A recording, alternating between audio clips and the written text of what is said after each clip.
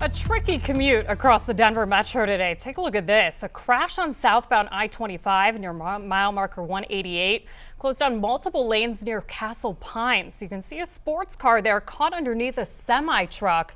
Scary, scary situation. Our Denver 7's Adria Irahita in Castle Rock tonight, listening to motorists caught in that storm and helping you prepare for travel into the weekend. Hey, Adria.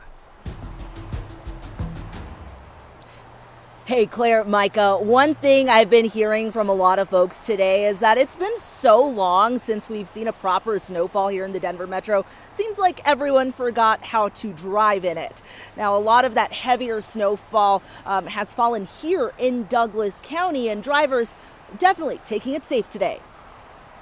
It's definitely a little slippery out there. Slow moving on the interstate. So coming on I-25, there's a car facing the wrong direction. Just one of the many crashes across the metro on this snowy Friday.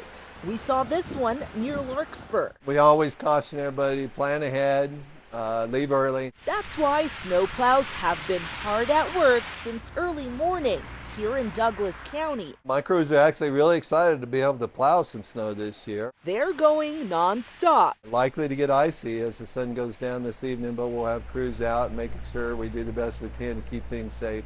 As drivers like Eli, stopping to get gas here in Dougco, get ready for the snowy drive ahead. I'm from Salida, so kind of used to the snow, just trying to take it easy, watch out for other drivers, just trying to be safe out there.